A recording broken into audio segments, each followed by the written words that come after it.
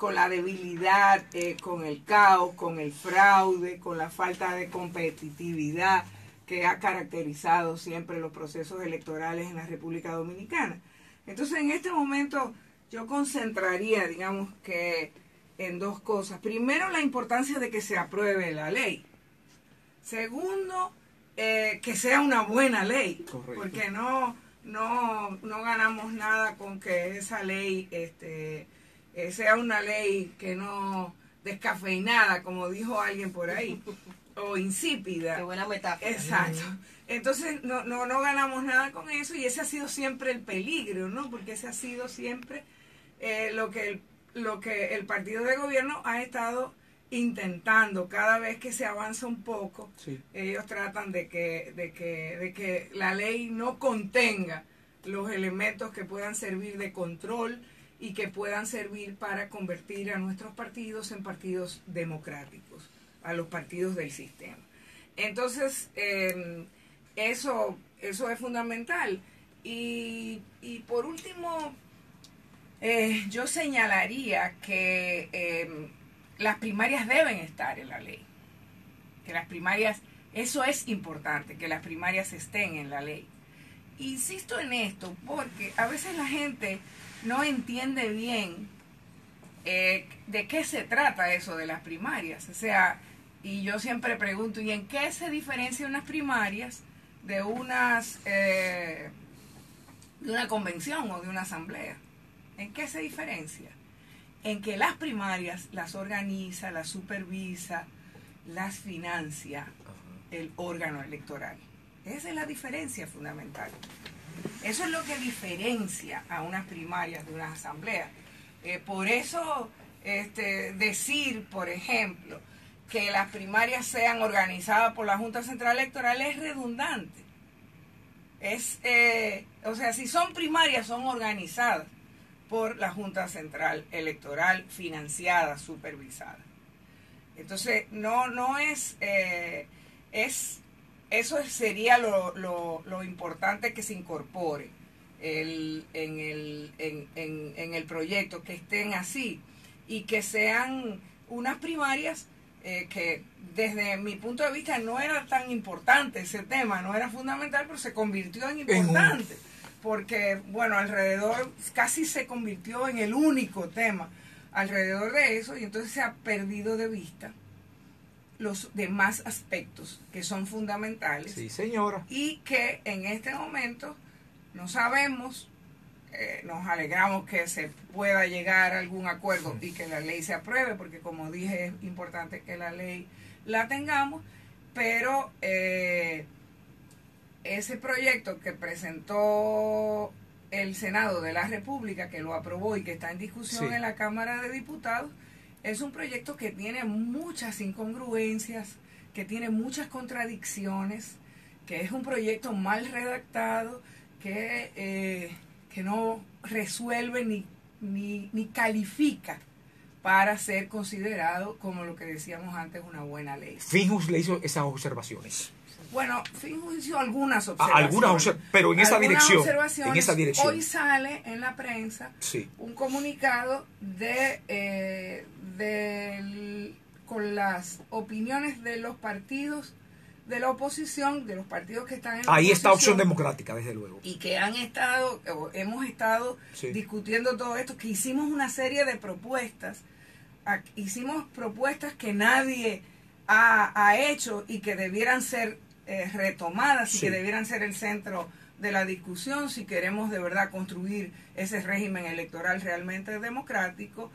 Pero hicimos un estudio y una comparación entre las contradicciones que esa ley aprobada por el Senado tiene y la propuesta por la Junta Central Electoral, con las ausencias, con las carencias que también tiene ese proyecto que ha significado la espada de lucha del danilismo. Entonces, algunas de esas contradicciones son realmente, convertirían a la ley en inaplicable, digamos, plantea unas primarias abiertas, simultáneas y obligatorias, que es lo más importante. Sí. Y obligatorias, y entonces, o sea, todo el mundo tiene que participar en ellas y someterse al escrutinio de todo el electorado, y entonces después cuando define la precampaña, que es la campaña para las primarias, entonces dice que son cerradas, que nada más se puede hacer a lo interno de los partidos. Esa es una contradicción, fundamental. Es decir, tú no puedes decir va a votar el universo de electores y nada más te puedes promover entre los militantes de tu partido. O sea, eso es lo que hace, eso es lo que contiene, por ejemplo, una de las contradicciones que tiene eso aprobado por el Senado. Pero eso es una muerte anunciada, ¿no? Es una muerte anunciada. Y lo otro que tiene también, que es muy peligroso, es que no contempla la celebración de alianzas para ir a unas primarias. O sea, obligaría a todos los partidos a ir solos. Nada más habla de las alianzas el proyecto. Cuando se refiere a las reservas de candidaturas antes de que empiece la precampaña por parte de las cúpulas, porque eso sí quieren siempre garantizar, ¿verdad? Sí, claro. O sea, mientras más poder tengan las cúpulas, pues más contentos están ellos y menos democracia tenemos todos. Minú, hablabas del danilismo hace un momento. ¿Cómo consideras tú estas diversas candidaturas que al interno del Partido de la Liberación Dominicana se han estado presentando, y si esto se puede ver como un elemento democrático de evolución o de posible división de un partido? Porque incluso todavía en el día de hoy, que está por confirmarse, se habla del posible lanzamiento de la candidatura también del ministro de Educación, Andrés Navarro. Él lo anunció. Y él lo anunció. Entonces, esto pudiera evidenciarse como para ese partido, que es un partido del sistema de partidos políticos de la República Dominicana, como una vía de democratización o de posible disolución o división de ese partido. Yo les doy otra lectura. Ok, vamos. Digamos que yo lo que veo es que lo que se está es reeditando el mismo librito, que ha sido el librito que ha puesto en práctica Medina en todas las campañas. Él llama a sus seguidores y los manda a salir a promoverse.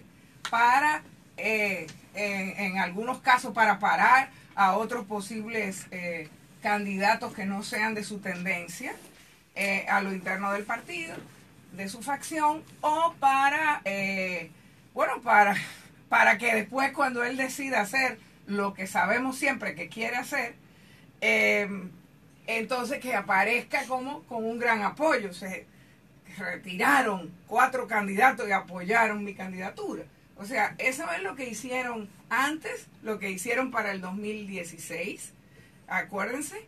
Entonces, eso que ocurrió en el 2016 me hace decir entonces que, aparte de lo del librito, ¿verdad?, la reedición del librito, estamos ante la crónica de una muerte anunciada. Es decir, que lo que yo pienso es que vamos a ver dentro de poco, quizás en el mismo orden en que se han estado promoviendo, los vamos a ver matando ellos mismos sus candidaturas y retirándose. Eso es lo que se ve, y eso forma parte de eso. El peligro de división, digamos, para ellos no está en esas candidaturas. Esas no son verdaderas candidaturas, son globos de ensayo para beneficiar los intereses de Medina. Minú, pero hay mucha gente que está ilusionada pensando que con estos lanzamientos el Partido de la Liberación Dominicana está abriendo la puerta a las generaciones que le van a suceder a los líderes de ahora. Pero ayer, precisamente, con una publicación que se hizo aquí de Economist, que no necesariamente dice que Leonel Fernández ganaría las elecciones, sino que con los pronósticos sería el candidato, porque no hay una reelección establecida en las leyes. ¿Qué significa eso? Tú que militaste mucho tiempo en el Partido de la Liberación Dominicana, que de todas maneras van a eclipsar los posibles candidatos nuevos. Es que O sea, a mí no me van a decir nadie que esa gente son candidatos de verdad. No lo han sido nunca.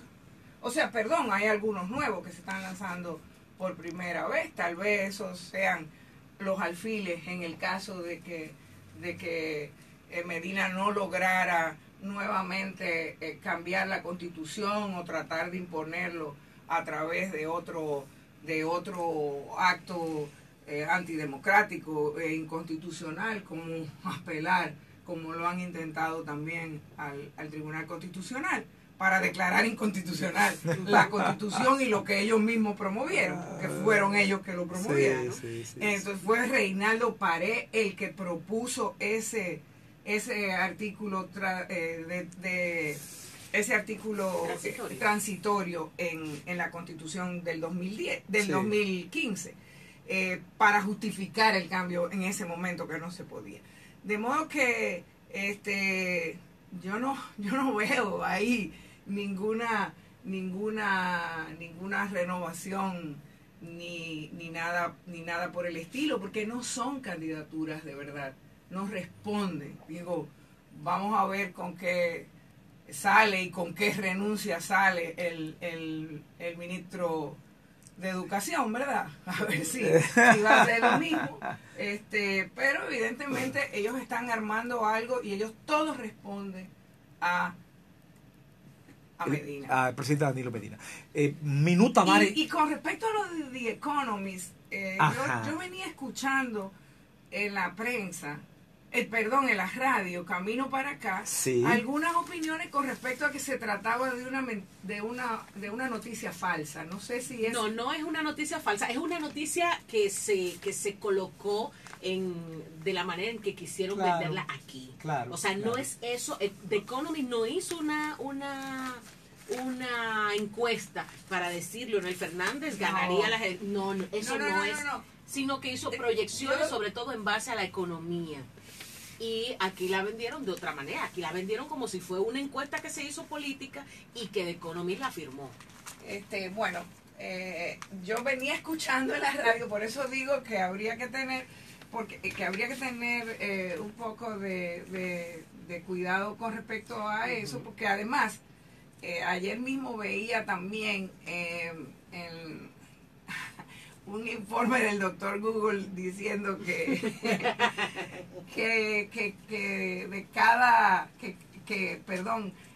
por lo menos 5 noticias fake news, como les dicen, noticias falsas al mes,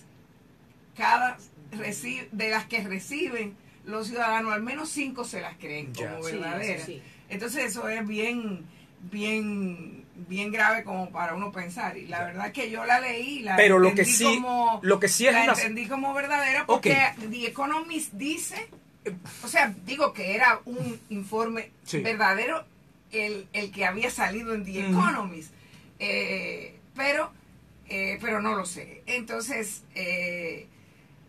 lo que sí es que ellos cada cierto tiempo hacen esos informes de su unidad de inteligencia. Igual es muy...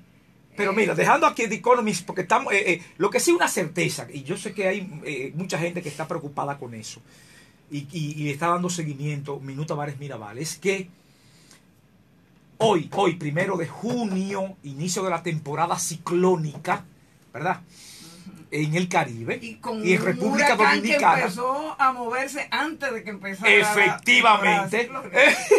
Hoy se inicia la cuenta regresiva para la presentación de formal acusación por parte del Ministerio Público en el tema de Odebrecht. Sobornos, corrupción, toda esa trama terrible en que representó Odebrecht y el Estado y socios en el mundo de los negocios privados. Entonces, ¿cuáles son las expectativas de Minuta Bares Mirabal en esta cuenta regresiva que empieza hoy hasta el 9 de junio y la presentación por parte del procurador de el expediente formal de Odebrecht? Más que expectativas, yo tengo exigencias. Ok. O sea, nosotros tenemos que exigirle a la Procuraduría General de la República que instrumente bien ese expediente. Si tenemos dudas de que lo haga, las dudas son justificadas, Sí. pero tenemos que exigírselo, no nos podemos cansar de exigírselo porque no tenemos de otra. Y además, porque es posible que ahora no se haga justicia, pero se va a hacer justicia. Los corruptos van a caer presos, los corruptos van a pagar el despojo que le han hecho a este país. Y tal vez no sea ahora, cuando esos corruptos están en el poder. Pero ese expediente tiene que servir para ahora y tiene que servir para después. Eso es lo que yo creo. Y digo que no tengo grandes expectativas porque vimos que se había tratado siempre en ese expediente de un expediente que pretendía una justicia selectiva, a donde aparecían unos y otros no. Es decir, evidentemente el señor procurador tiene corruptos favoritos a los que protege. Tiene casos que excluyó totalmente, empezando por el mayor de todos y sobre el cual hay más evidencia en el mundo, que es el de Punta Catalina, que ocupa un lugar central en ese expediente de Odebrecht en Brasil, por ejemplo, y en las delaciones que han estado haciendo allá los propios ejecutivos de esa empresa que se auto reconoció como una empresa delictiva. Entonces, lo que vemos son también anuncios como los de la Cámara de Cuentas, que dice que no ha tenido tiempo de terminar el informe, la auditoría, y que es fundamental esa auditoría de acuerdo con lo que ya dice la Procuraduría también. Las sobrevaluaciones. Con el tema de las sobrevaluaciones, que no se puede de ninguna manera quedar al margen de la investigación, porque los sobornos son la puntita del iceberg. Es decir, el gran negocio de ese entramado delictivo que llevaba a cabo esa empresa eran las sobrevaluaciones. Había todo un mecanismo para hacer eso y o sea, presentar una propuesta y competir en las licitaciones con un precio más bajo y después entonces aumentar, hacerle nuevos cambios a ese proyecto original para aumentar los costos del mismo.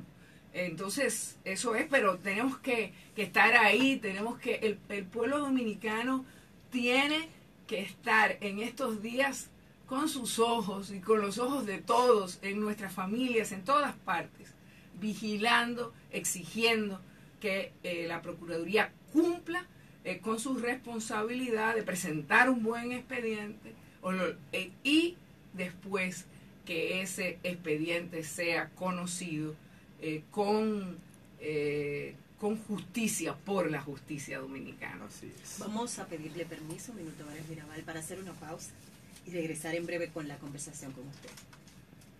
Super 7 FM, HISC.